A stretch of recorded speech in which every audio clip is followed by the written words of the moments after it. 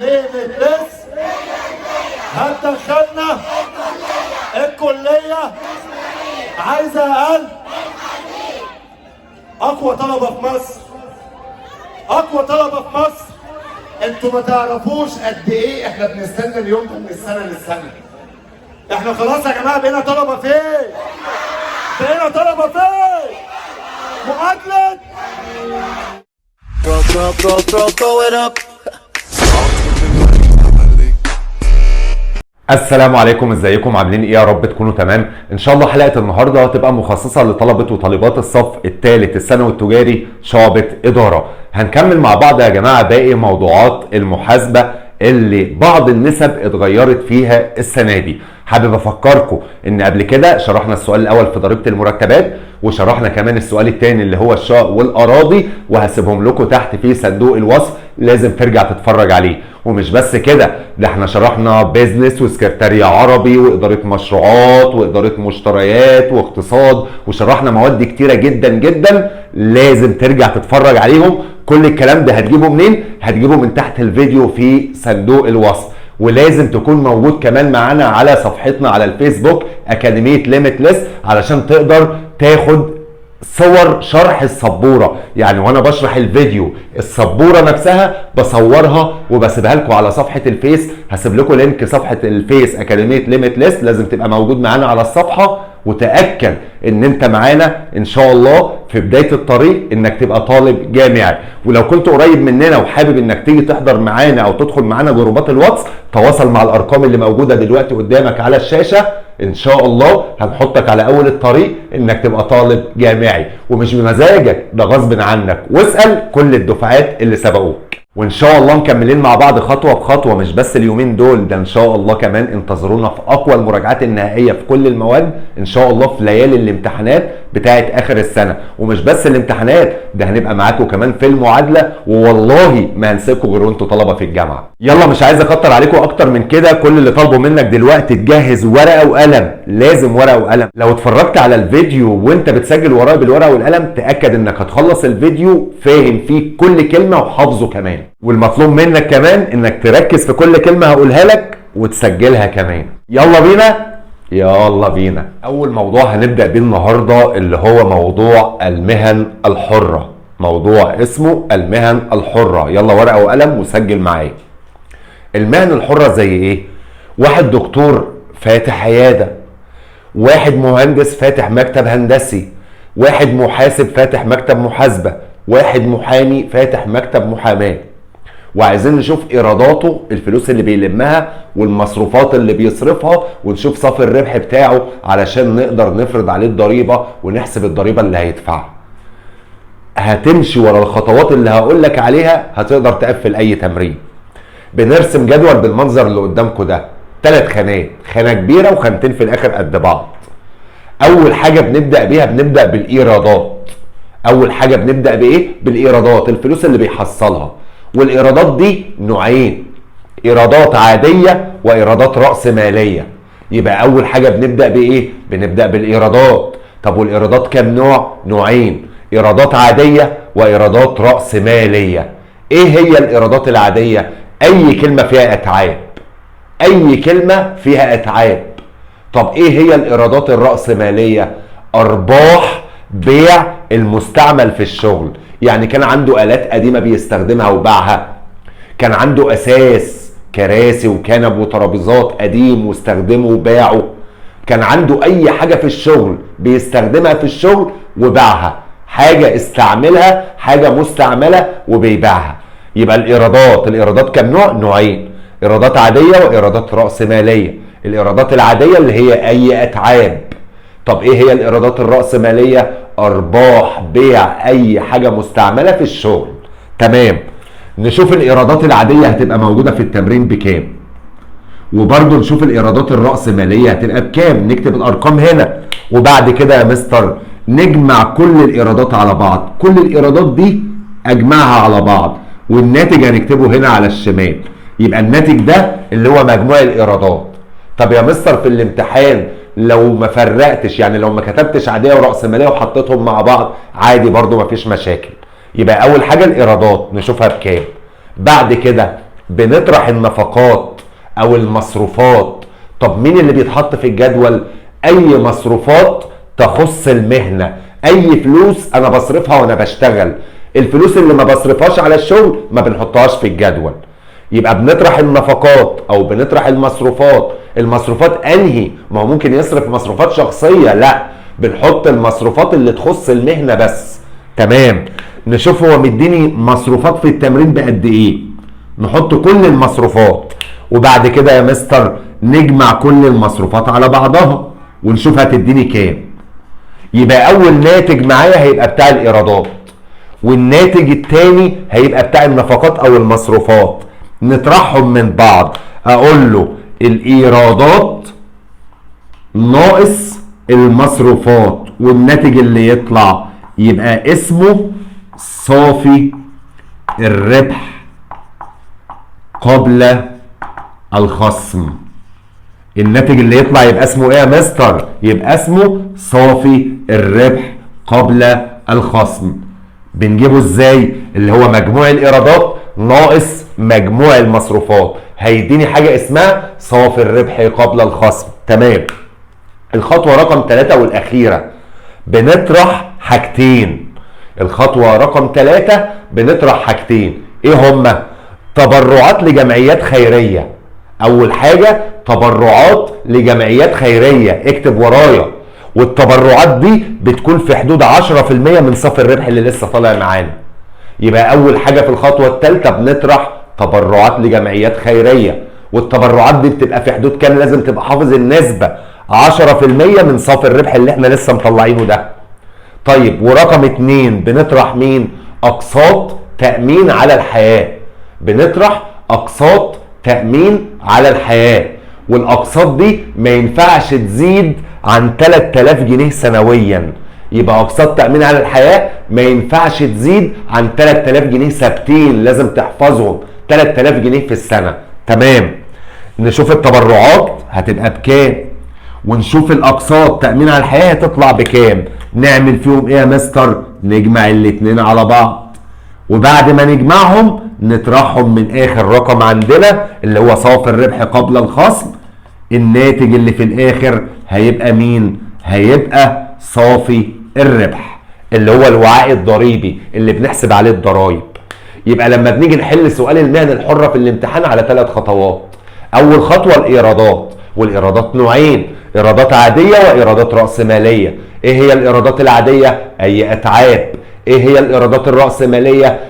اي حاجة بيبيعها مستعملة في الشغل، نشوف كسب منها كام، تبقى دي الايرادات الرأسمالية. نجمع الايرادات كلها على بعضها يديني اجمالي الايرادات. الخطوة رقم 2 بنطرح النفقات او المصروفات. بنحط اي مصروفات بنصرفها في الشغل، المصروفات الخاصة لا. نشوف المصروفات كلها تبقى بكام، نطرحها من الايرادات هيديني صافي الربح قبل الخصم.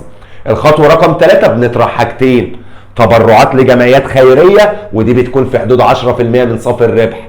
او ورقم 2 اقصد اقساط تأمين على الحياة، ما ينفعش تزيد عن 3000 جنيه في السنة. واخر ناتج بيبقى الوعاء الضريبي او صافي الربح اللي احنا بنحسب عليه الضريبة اللي هي الشرائح، وهنشوف ازاي في تمرين دلوقتي. تمام. يبقى ده منظر الحل بتاعنا. يلا ورقة وقلم وسجل كل اللي هقوله لك دلوقتي. في حاجات لو شفتها في قلب المسألة او التمرين ما نعبرهاش ولا كأنها موجودة، نشطب عليها، يعني من الاخر مش هنحطها في الجدول. في حاجات لو شفتها في قلب ورقة الاسئلة، في قلب ورقة الامتحان في سؤال المهن الحرة، مش هنكتبها في الجدول ولا كأنها موجودة. زي ايه؟ يلا احفظ معايا. حاجات مش بنحطها في الجدول، حفظ لازم تحفظها. اول حاجة لو قال لي تبرعات للفقراء، لو قال لي تبرعات للفقراء اشطب عليها من التمرين، ما تحطهاش في الجدول، دي حاجة بينه وبين ربنا مش هندفعه عليها ضريبة. رقم 2 اي مصروفات خاصة، ممكن يقول لي رسوم جمركية على اشياء خاصة. اي فلوس بيصرفها والفلوس دي مصاريف شخصية ما بنحاسبوش عليها، ما بيتحطش في الجدول علشان نحسب له عليها ضريبة. يبقى اي مصروفات خاصة ما بنحطهاش في الجدول. طيب رقم 3 ارباح بيع قطعة ارض يملكها. هو عنده قطعة ارض وباعها، طب هل دي لها علاقة بالشغل؟ لا يا مستر، يبقى دي حاجة خاصة برضو ما بنحطهاش في الجدول. طب يا مستر انت هنا بتقول لي نحط ارباح بيع. لا، بنحط ارباح بيع الحاجه المستعمله اللي كان بيستخدمها في الشغل وباعها. تمام؟ انما دي قطعه ارض بتاعته وباعها، دي حاجه خاصه مش هنحاسبه عليها في الضرايب في المكتب بتاعه او في العياده بتاعته. تمام؟ طيب رقم 4 ايراد عقار يمتلكه. عنده بيت، عنده عماره وبيأجرها وبيكسب منها. هل البيت له علاقه بشغله في المكتب او العياده او الشغل بتاعه؟ لا، دي حاجه خاصه برضه ما بيتحطهاش في الجدول. يبقى ايراد عقار يمتلكه لو شفته في التمرين ما نحطوش في الجدول.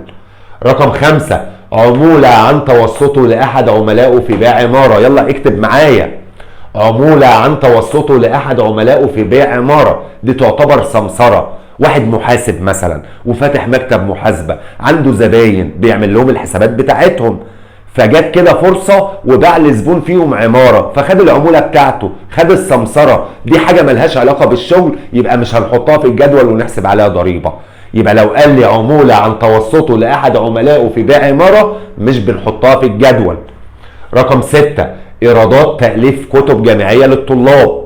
واحد دكتور مثلا وفاتح عيادة، تمام؟ وفي نفس الوقت الدكتور ده بيدرس في كلية الطب، فعمل كتب وباعها للطلبة في الكلية. هل الكتب دي لها علاقة بشغله في العيادة؟ لا، يبقى دي حاجة بره المهنة اصلا اللي احنا بنشتغل فيها، يبقى ما تتحطش في الجدول. يبقى لو قال لي ايرادات تأليف كتب جامعية للطلاب مش هنحطها في الجدول. طيب رقم 7 نظير احاديث تلفزيونية. نظير احاديث تلفزيونية، وهنا بقى نقف شوية.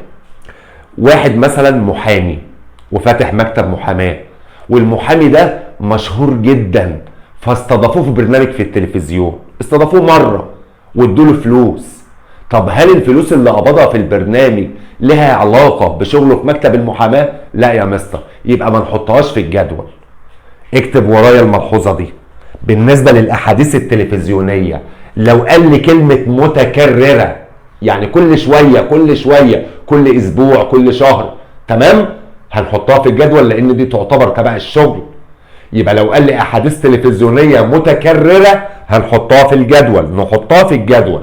طب لو قال لي غير متكررة مش هنحطها في الجدول لأن دي بتحصل مرة ولا مرتين وملهاش علاقة بشغله في المكتب أو في العيادة بتاعته.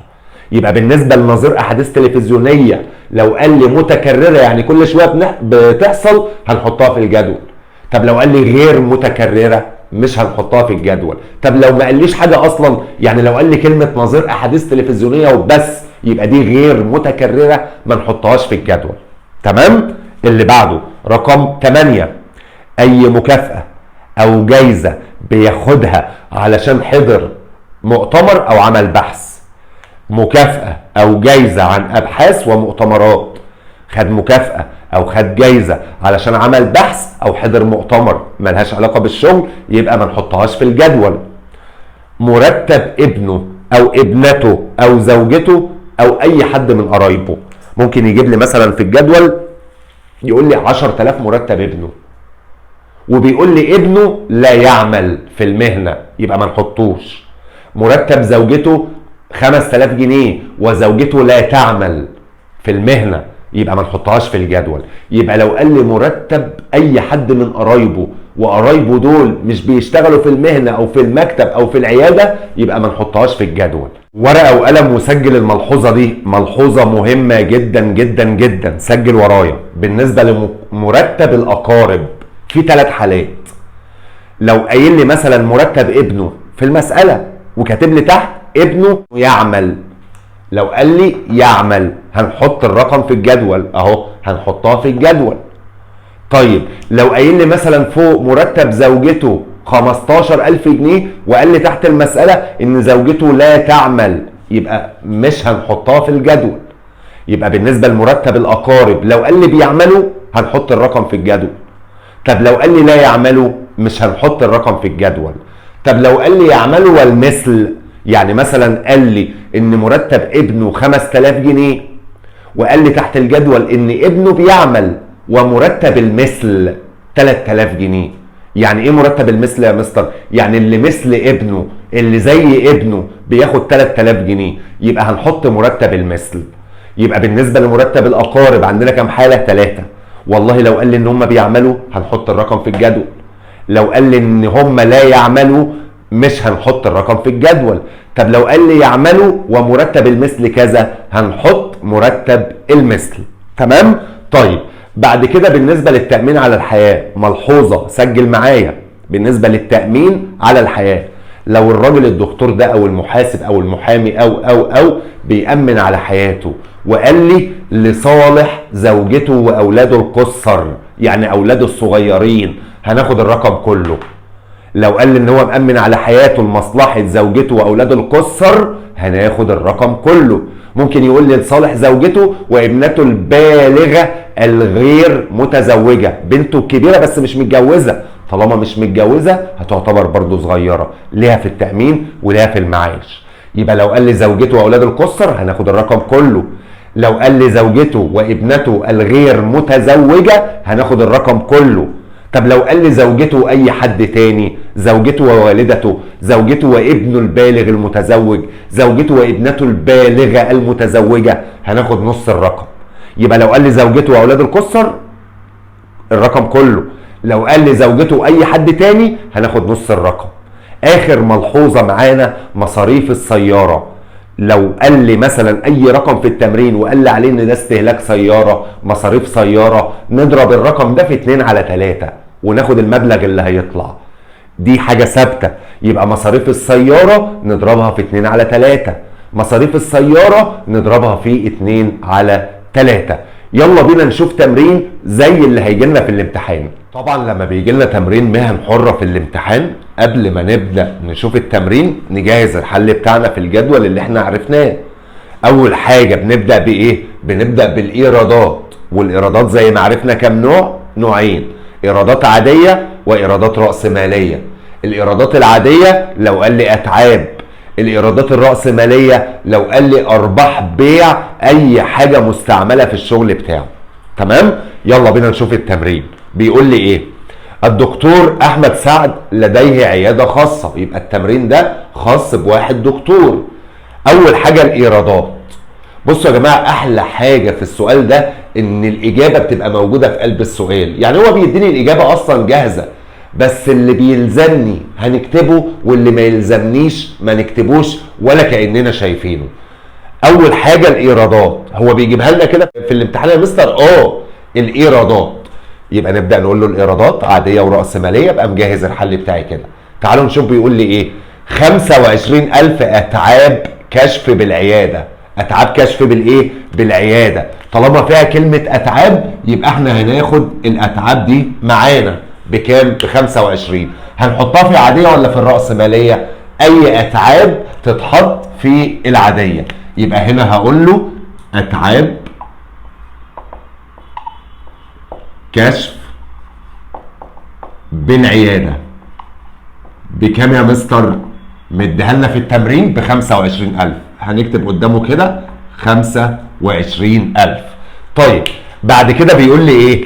اتعاب عمليات جراحية بمصر. طالما قال لي كلمة اتعاب يبقى هناخدها. هتتحط في العادية ولا في الرأسمالية؟ طالما قال لي اتعاب يبقى هنحطها في العادية. هنقول له كده اتعاب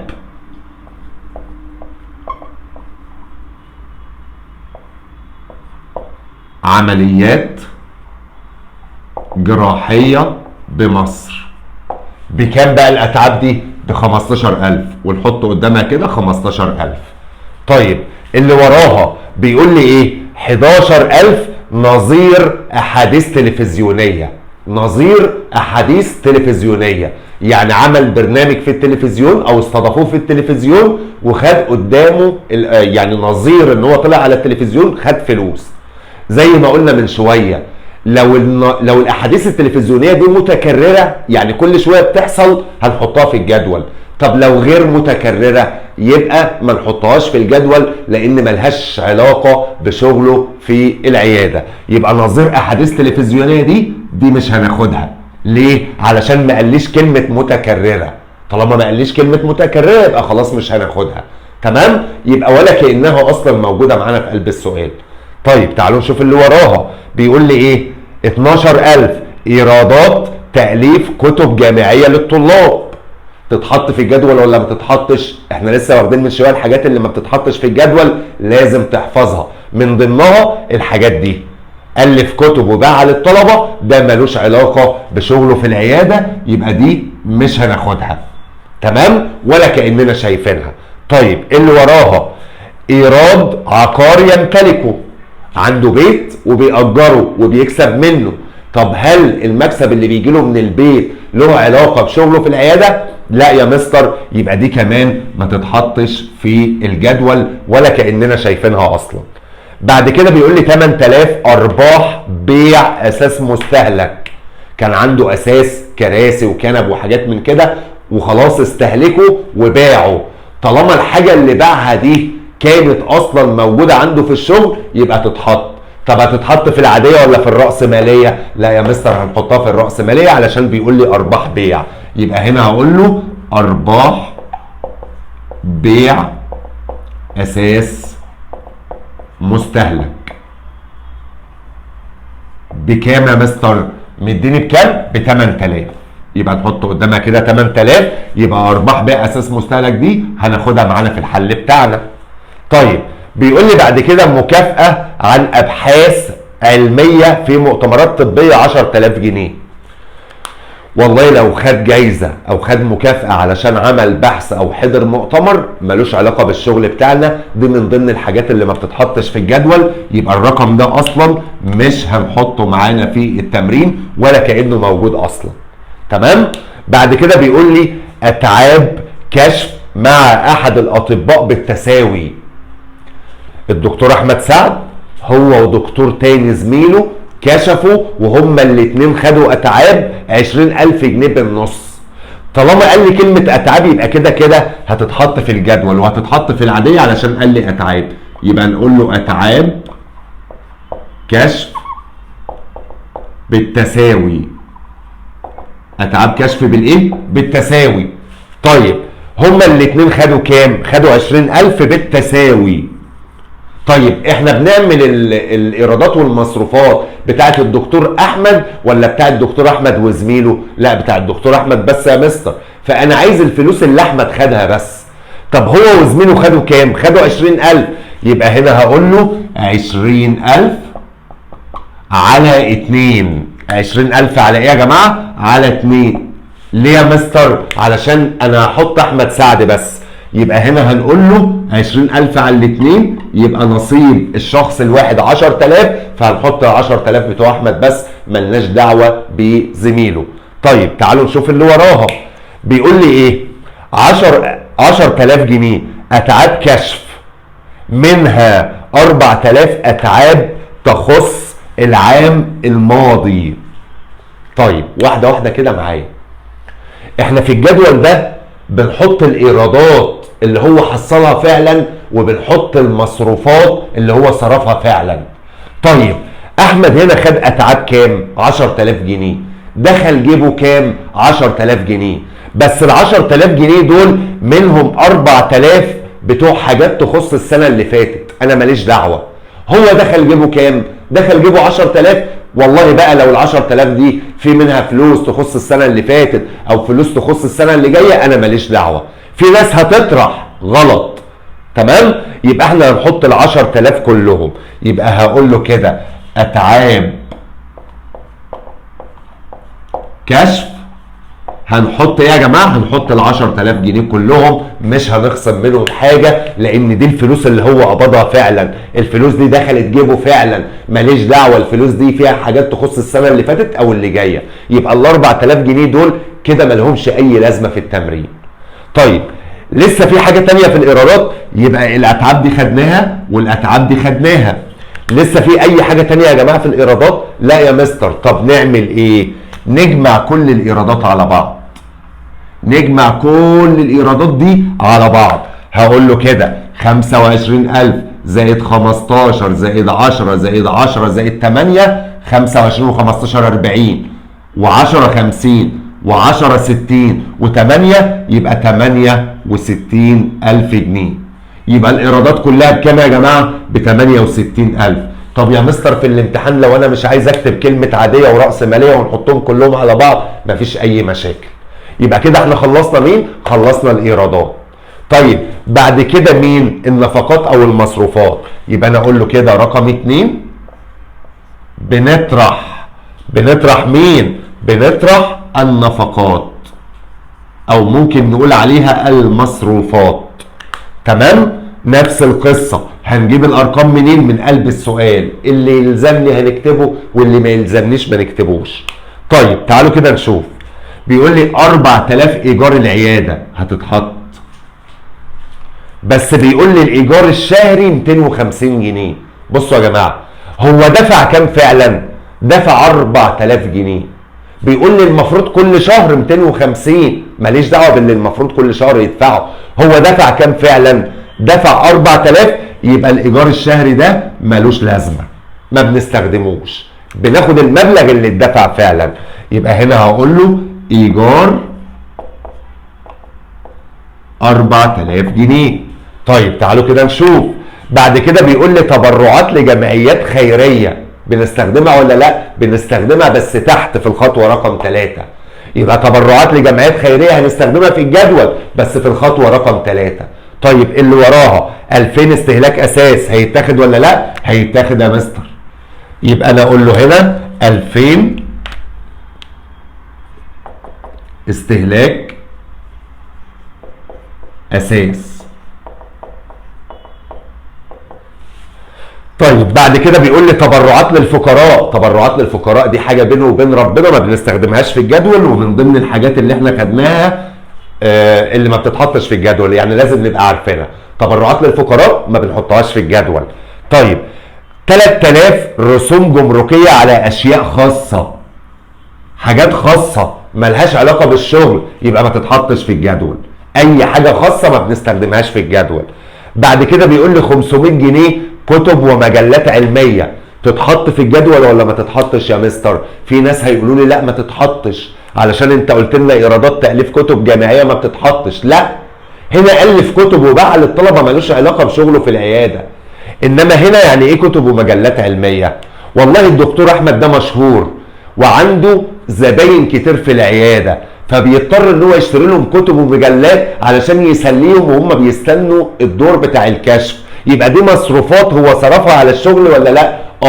يبقى تتحط في الجدول.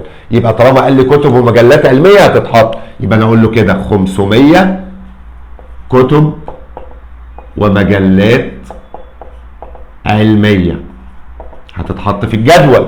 طيب يبقى دي هنستخدمها خلاص. اللي بعد كده بيقول لي مرتبات المساعدين 5000 جنيه، المرتبات الشهريه 500 جنيه، انا ماليش دعوه بالشهريه. هو دفع كام مرتبات؟ دفع 5000 فعلا، هم دول اللي يتحطوا في الجدول. يبقى هنا هقول له 5000 مرتبات المساعدين. تمام يا جماعه؟ طيب يبقى ال 5000 دول هم اللي هيتاخدوا. بيقول لي 1000 جنيه اشتراك النقابه، اشتراك النقابه بيتحط في الجدول، منها 200 جنيه اشتراك نادي، اشتراك النادي ما بيتحطش في الجدول، انما الاشتراك بتاع النقابه بيتحط، ده لا. طيب طب نعمل ايه بقى يا مستر؟ هقول له كده اشتراك النقابه، هو دفع كام؟ هو دفع 1000 جنيه، بس ال 1000 جنيه في منهم 200 جنيه اشتراك نادي، يبقى نقول له كده جنبها 1000 ناقص ال 200 بتوع النادي. هنطرح الاثنين دول من بعض. ال 200 دول يا جماعه بتوع النادي ما بيتحطوش. يبقى الراجل ده دفع كام؟ دفع 800 جنيه. هو دفع 1000 جنيه، في منهم 200 جنيه بتوع النادي، مش هنحط اشتراك النادي في الجدول، يبقى اقول له 1000 جنيه ناقص 200، يبقى هنحط ال 800 جنيه بتوع النقابه اللي هو دفعها.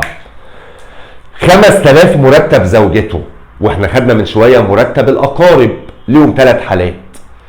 لو قال لي يعملوا بالمهنه هنكتب الرقم في الجدول، لو لا يعملوا في المهنه مش هنحط الرقم بتاعهم.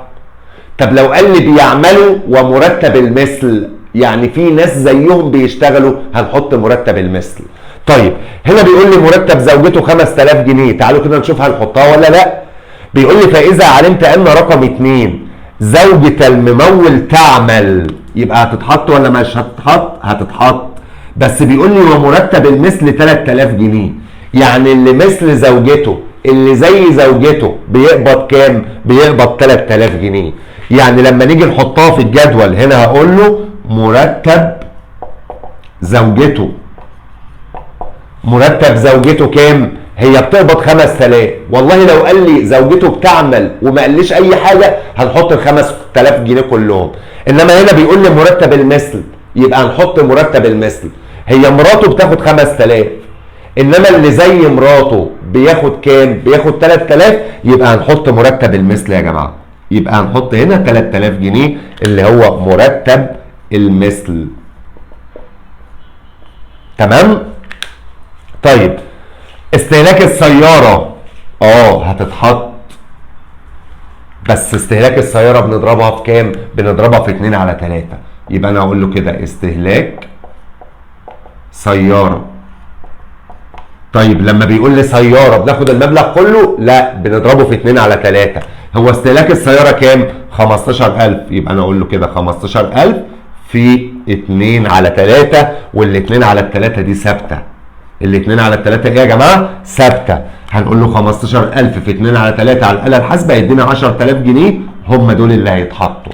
طيب لسه في حاجة تانية في المصروفات أو النفقات؟ لا يا مستر. طب نعمل إيه؟ نجمع كل النفقات على بعض. هنجمع كل الأرقام دي كده على بعض يا جماعة. طب تعالوا كده نشوف. 4000 و2000 6000، 6500 6500 زائد 5000 11500 11500 و800 يبقى 12300 15300 25300. يبقى النفقات دي كلها بكام يا جماعه؟ ب 25300. وبعد كده نعمل ايه يا مستر؟ هقول له الايرادات ناقص النفقات. يبقى كده هقول له الايرادات ب 68000 ناقص النفقات 25300، والناتج اللي هيطلع هيبقى اسمه صافي الربح قبل الخصم. الناتج اللي هيطلع هيبقى اسمه ايه يا جماعه؟ هيبقى اسمه صافي الربح قبل الخصم. يلا كده نطرحهم على الآلة الحاسبة. هيديني كام؟ هيديني 42700. يبقى صافي الربح قبل الخصم 42700. طيب وبعد كده يا مستر هنعمل ايه؟ الخطوة رقم 3 بنطرح حاجتين. الخطوة رقم 3 يا جماعة بنطرح كام حاجة؟ بنطرح حاجتين. طيب ايه هما بقى الحاجتين؟ تبرعات لجمعيات خيرية، والتبرعات دي بتبقى في حدود كام في المية؟ 10%. لازم نبقى عارفين النسب دي. بنطرح تبرعات لجمعيات خيرية وبتبقى في حدود كام في المية؟ 10% من صافي الربح. طيب ورقم 2 بنطرحه، بنطرح أقساط تأمين على الحياة، وتبقى في حدود كام في المية؟ او تبقى في حدود او لا تزيد عن كام في السنة؟ لا تزيد عن 3000 جنيه سنويا. يبقى الخطوة رقم 3 بنطرح حاجتين. ايه هما؟ تبرعات لجمعيات خيرية في حدود 10% من صافي الربح. رقم 2 اقساط تأمين على الحياة ما تزيدش عن كام في السنة؟ ما تزيدش عن 3000 جنيه سنويا. طيب في حاجة بقى لازم نعملها. هناخد صافي الربح قبل الخصم، طلع معايا بكام؟ 42700، وهنضربهم في كام؟ هنضربهم في 10 على 100، وال10% دي ثابته. طيب هيديني كام يا مستر؟ هيديني 4270 جنيه. هيديني كام يا جماعه؟ 4270. الخطوه دي لازم نعملها في كل الحل بتاعنا قبل ما ابص على التبرعات اللي في التمرين. تبرعات لجمعيات خيريه هناخد صافي الربح قبل الخصم، صافي الربح ده ونضربه في 10 على 100 نشوف هيديني كام. بعد ما يطلع الرقم ابص على التبرعات اللي موجوده في التمرين. في تبرعات ولا مفيش؟ بكام؟ ب 12000 جنيه. ناخد ايهما اقل؟ ناخد الرقم الاقل. طب التبرعات اللي في التمرين بكام؟ ب 12000. وهنا تبرعات طلع كام في المية من صافي الربح؟ 10%، طلع 4270. طب ال 4270 ولا ال 12000؟ احنا بناخد الرقم الاقل. هنا بناخد الرقم الايه يا جماعه؟ الاقل. طب هناخد كام بقى هنا؟ هناخد 4270 جنيه ولا هناخد ال 12000؟ لا، بناخد الرقم الاقل. طب يا مستر نفترض ان التمرين مفيش فيه تبرعات، لازم برضو هنعمل الخطوه دي. هناخد صافي الربح ونضربه في 10 على 100 نشوف هيديني كام. طب نفترض مفيش تبرعات هنا، تبقى بصفر. يبقى صفر ولا الرقم ده؟ لا، هنحط الصفر علشان هو الاقل. يعني كده كده لازم اعمل الخطوه دي. تمام؟ طيب رقم 2 بيقول لي اقساط تامين على الحياه، والاقساط دي المفروض ان هي ما تزيدش عن كام في السنه؟ ما تزيدش عن 3000. طب تعالوا كده نشوف هو مأمن على حياته ولا لا. بيقول لي الممول مؤمن على حياته لصالح زوجته وابنته المتزوجه. زوجته وابنته المتزوجه، يبقى هناخد الرقم كله ولا نصه؟ لا، طالما بنته متزوجه يبقى هناخد نص الرقم. طب هو مأمن بكام في الشهر؟ ب 400، يبقى هناخد نصهم. نصهم هيبقوا كام؟ 200 جنيه. بس 200 جنيه في الشهر ولا في السنه؟ لا، في الشهر يا مستر. يبقى هنا هقول له 200 في 12. 200 في كام يا جماعه؟ في 12 شهر، علشان نشوف بيدفع كام في السنه. هنلاقيه دافع كام في السنه؟ هنلاقيه دافع الاتنين في 2 ب4 والاتنين في 1 ب2. هنلاقيه دافع 2400 جنيه في السنه. تاني يا جماعه، الراجل ده مأمن على حياته لمصلحه زوجته وابنته المتزوجه، هناخد نص الرقم. طب دول كام؟ 400، نصهم 200. بس انا عايز اشوف بيدفع كام في السنه، يبقى هنضرب ال 200 في 12. طلع بكام؟ ب 2400. اهم حاجه ان القسط ده ما ينفعش يزيد عن 3000 جنيه في السنه. ما ينفعش يزيد عن كام؟ عن 3000 جنيه في السنه. طب هو زاد؟ لا، يبقى هنحط الرقم، او من الاخر الرقم اللي هيطلع او ال 3000 ايهما اقل. طب مين الاقل في دول؟ ال 2400، يبقى هنحط هنا 2400. طب وبعد كده بقى يا مستر هنجمع الاتنين دول. هنجمع الاتنين دول على بعض. 4270 زائد 2400 هيديني كام؟ 6670. وبعد كده نطرح الاتنين دول من بعض. صافي الربح قبل الخصم ناقص الخطوة رقم 3، والناتج اللي هيطلع هيبقى اسمه ايه؟ هيبقى اسمه صافي الربح. هيبقى اسمه ايه يا جماعة؟ هيبقى اسمه صافي الربح. هيديني كام بقى على الآلة الحاسبة؟ تعالوا نشوف. هيديني 36030 جنيه. 36,000 وكام؟ و30 جنيه. ده كده مين يا جماعه؟ ده كده صافي الربح بتاعي. يبقى كده احنا طلعنا له وعائد ضريبه. هو ده وعائد ضريبه، صافي الربح اللي هنحسب عليه الشرائح. طيب المطلوب رقم 2 طالب مني ايه؟ حساب الضريبه المستحقه. طيب نحسب بقى الضريبه ازاي؟ الضريبه المستحقه على الدكتور احمد سعد، التمرين اللي احنا لسه مخلصينه، تاني مطلوب. الضريبه المستحقه اللي هي الشرائح، اللي هي ايه يا جماعه؟ الشرائح. والشرائح انا شرحته في الفيديو اللي فات اللي هو فيديو الشقق والاراضي. لو كنت لسه ما اتفرجتش عليه انزل تحت في صندوق الوصف واتفرج عليه. وعرفنا ان الشرائح دي 7 شرائح لازم نحفظهم. اول شريحه ب 15000 جنيه ودي ما بندفعش عليها ضريبه. الشريحه الثانيه 15000 جنيه برضو، الضريبه بتاعتها كام؟ 2.5%. طب والشريحه الثالثه ب 15000 جنيه، الشريحه بتاعتها كام؟ 10%. طيب والشريحه اللي بعد كده 15000، الشريحه الرابعه ب 15000 جنيه برضو. طيب الضريبه بتاعتها كام في المية؟ 15%. طيب والشريحه الخامسه ب 140000 جنيه والضريبه بتاعتها 20%. طب والشريحه السادسه ب 200000 جنيه والضريبه بتاعتها 22.5%. واخر شريحه اللي هي السبعه الباقي اللي اكتر من 400000. الباقي من ايه؟ الباقي من صافي الربح والضريبه بتاعته ب 25%. لو كنت ما اتفرجتش على الشرائح ارجع واتفرج عليها. طيب بناخد صافي الربح اللي هو الوعاء الضريبي ونقطعه. ما بنحسبش الضريبه على المبلغ كله على بعضه، لا، ده المبلغ ده بناخده نجزأه لشرائح. والله لو كان مبلغ كبير اكبر من 400000 فهناخد عليه 7 شرائح. لو كان اقل من 400,000 هناخد، يعني كل ما المبلغ يقل كل ما الشرائح بتقل. تمام؟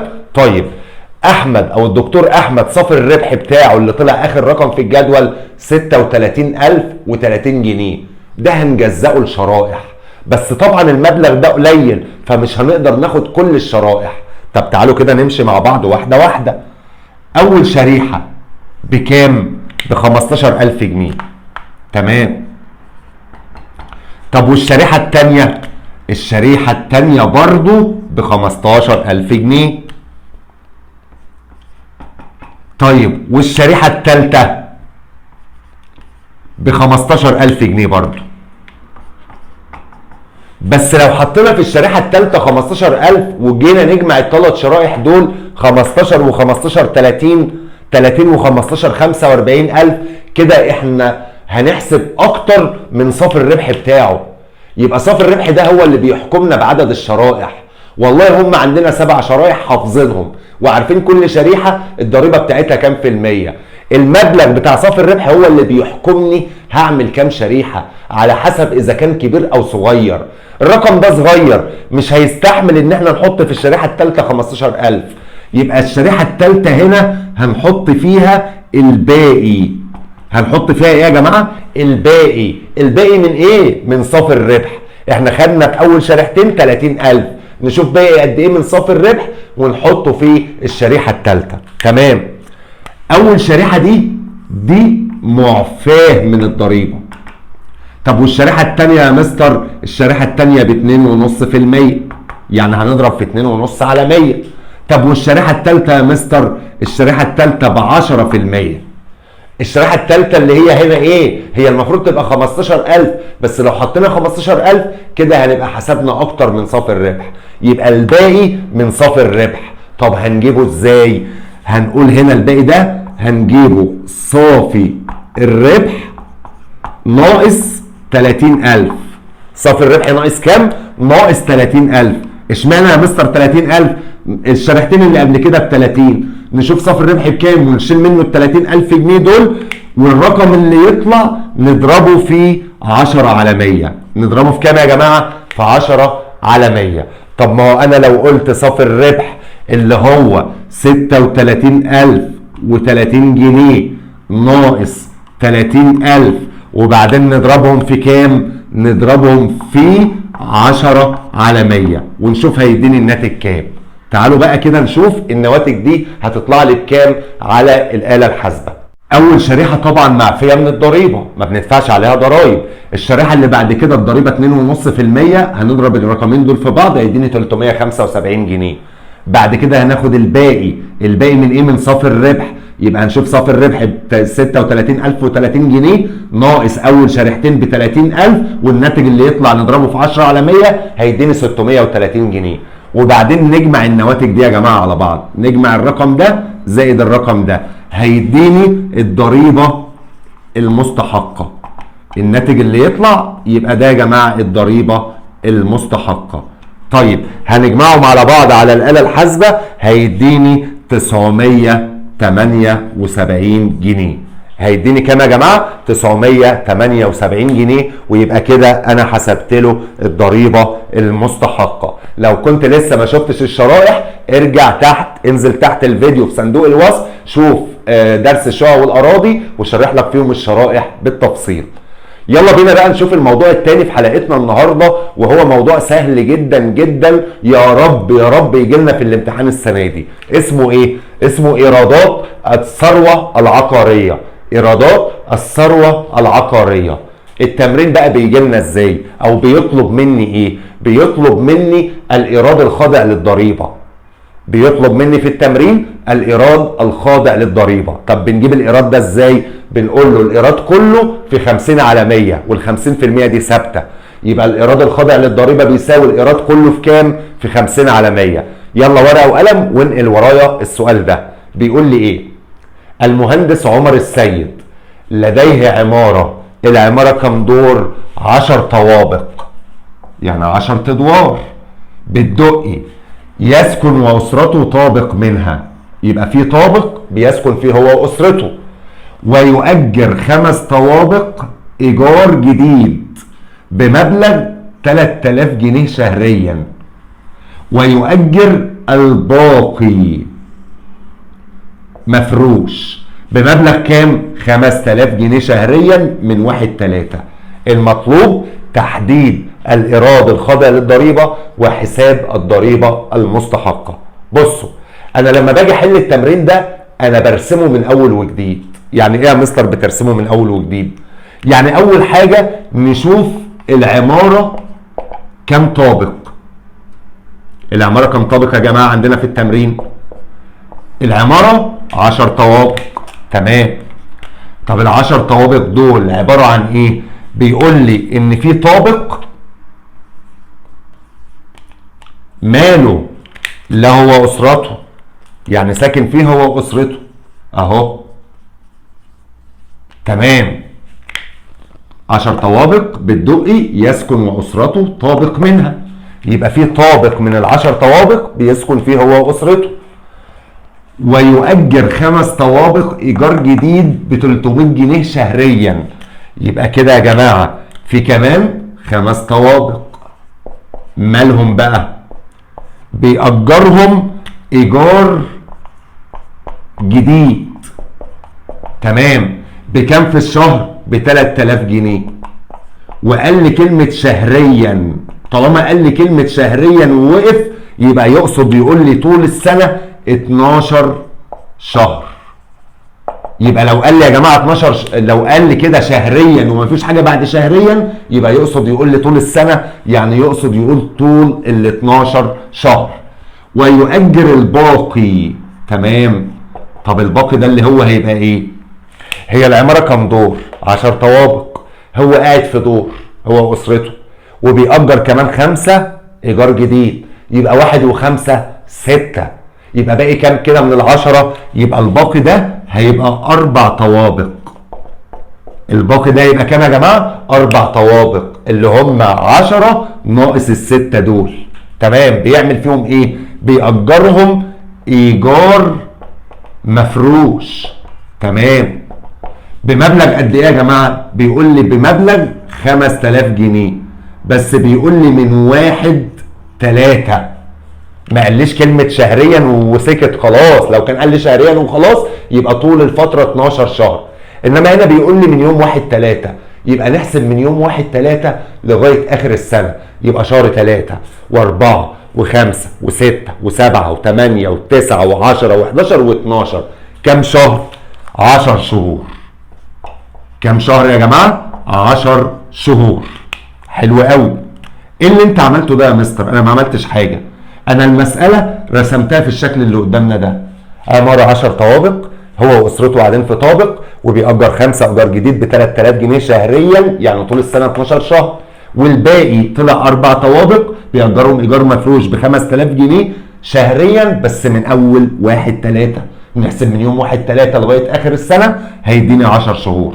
طب بعد كده يا مستر، اي طابق بيسكن فيه هو او اسرته نطلعه بره اللعبه بتاعتنا، مش هنحسب له اي حاجه.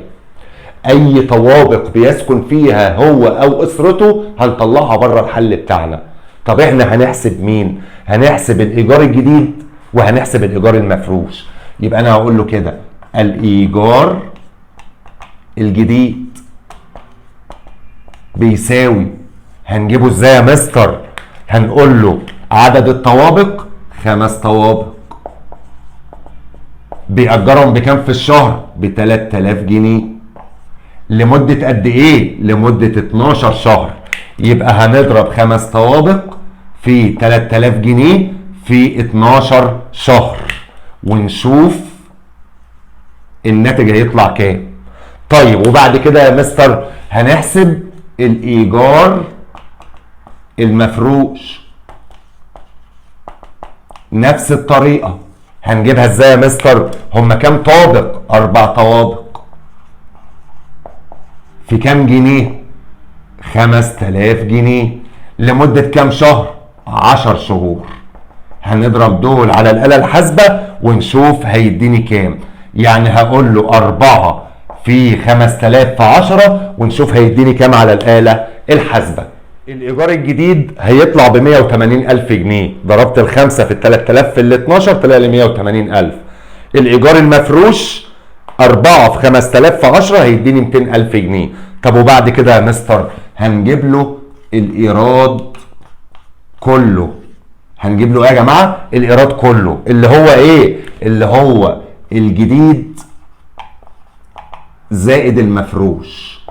اللي هو مين يا جماعه؟ الجديد زائد المفروش. هنجمع الرقمين على بعض ونشوف هيديني كام.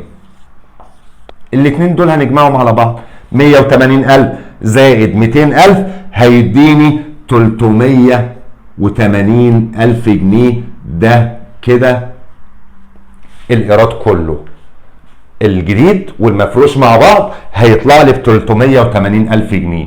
طيب هل ده اللي هو عايزه مني؟ لا، ده هو طالب مني تحديد الايراد الخاضع للضريبه. يبقى هنيجي كده على جنب وهقول له الايراد الخاضع للضريبه. بنجيبها ازاي يا مستر؟ الايراد كله في 50 على 100. الايراد كله في كام؟ في 50 على 100. طب الايراد كله كام؟ 380,000 في 50 على 100. نضرب دول على الآلة الحاسبة، نقول له كده الإيراد الخاضع للضريبة بيساوي الإيراد كله ب 380,000 اللي هو الجديد زائد المفروش، ونضربهم في 50 على 100 هيديني على الآلة الحاسبة 190,000 جنيه. يبقى كده أنا جبت له الإيراد الخاضع للضريبة. طيب المطلوب الثاني طالب مني حساب الضريبة المستحقة اللي هي يعني الشرائح. اللي هي مين يا جماعة؟ اللي هي الشرائح. وزي ما قلنا من شوية عندنا كام شريحة لازم نحفظهم؟ 7 شرائح. طب هل ال7 كلهم لازم نستخدمهم؟ لا، صافي الربح بتاعنا او الرقم اللي هنحسب عليه الضريبة هو اللي بيحكمني هنستخدم كام شريحة. يبقى الرقم هو اللي بيقول لك انت هتستخدم كام شريحة على حسب ما بيخلصوا. طيب هو هنا الايراد الخاضع للضريبة يعني اللي هيتحسب عليه ضريبة كام؟ 190,000. طيب عايزين نحسب الضريبة المستحقة. هنحسبها ازاي يا مستر؟ هنقسم الرقم ده للشرائح وعلى حسب الشرائح ما تكفي بتاعتنا. طيب اول شريحة عندي بكام؟ ب15,000 جنيه. طيب الشريحة التانية بكام يا مستر؟ برضو ب15,000 جنيه.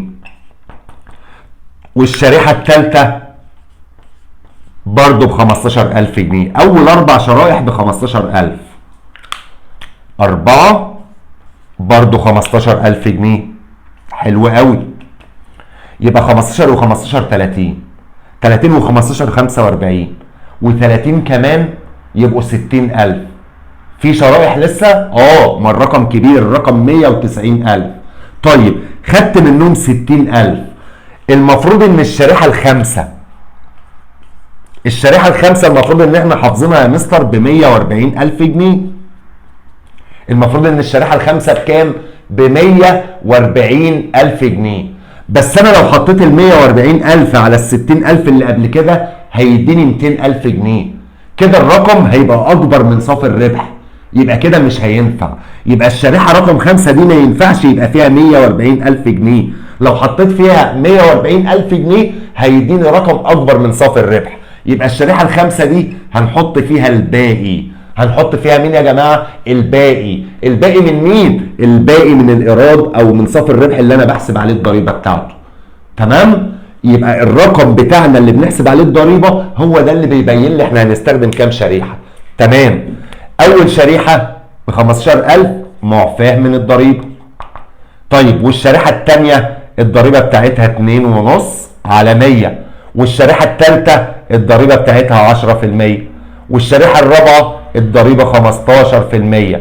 والشريحة الخامسة الضريبة 20%. تمام؟ يبقى هنضرب كل الأرقام دي في بعض. ونشوف هتديني كام على الآلة الحاسبة. طيب يا مستر الباقي الأخير ده هنجيبه ازاي؟ ما هو الباقي ده اللي هو صافي الربح ناقص مجموع الشرائح اللي قبل كده اللي هم ال4 دول. طيب ال4 دول بكام؟ ب60,000. يبقى نجيب صافي الربح ونضربه في كام يا جماعه؟ في 60000، والناتج اللي يطلع نضربه في 20 على 100 ونشوف النواتج هتديني كام على الآلة الحاسبة. أول واحدة طبعا زي ما احنا عارفين معفية من الضريبة. بعد كده 15000 في 2.5 على 100 ب 375، 15000 في 10 على 100 ب 1500، 15000 في 15 على 100 ب 2250. وبعد كده هناخد الباقي من مين؟ من الإيراد الخاضع اللي أنا بحسب عليه الضريبة. يعني أنا هقول له 190000 ناقص ال 60000 اللي هم مجموع الاربع شرائح، والناتج اللي يطلع هنضربه في 20 على 100 هيديني 26000 جنيه.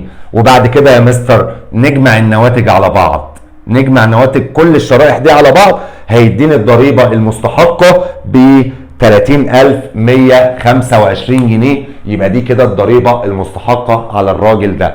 وبكده يا جماعه يبقى احنا خلصنا موضوعات حلقه النهارده. مش عايز اطول عليكم اكتر من كده علشان نقدر نستوعب كل الكلام اللي احنا خدناه. وما ننساش يا جماعه نعمل شير، ما ننساش نعمل شير. انا بتعب معاكم، الشير ده هيقدر يوصل كل الكلام ده لطلبه غيركم محتاجين الكلام ده وانا مش بظهر لهم. تمام؟ ما ننساش الشير. يلا استنوني ان شاء الله في حلقه جديده بموضوع جديد. اشوفكم باذن الله على خير. سلام. وهتبقوا طلبه في الجامعه ان شاء الله.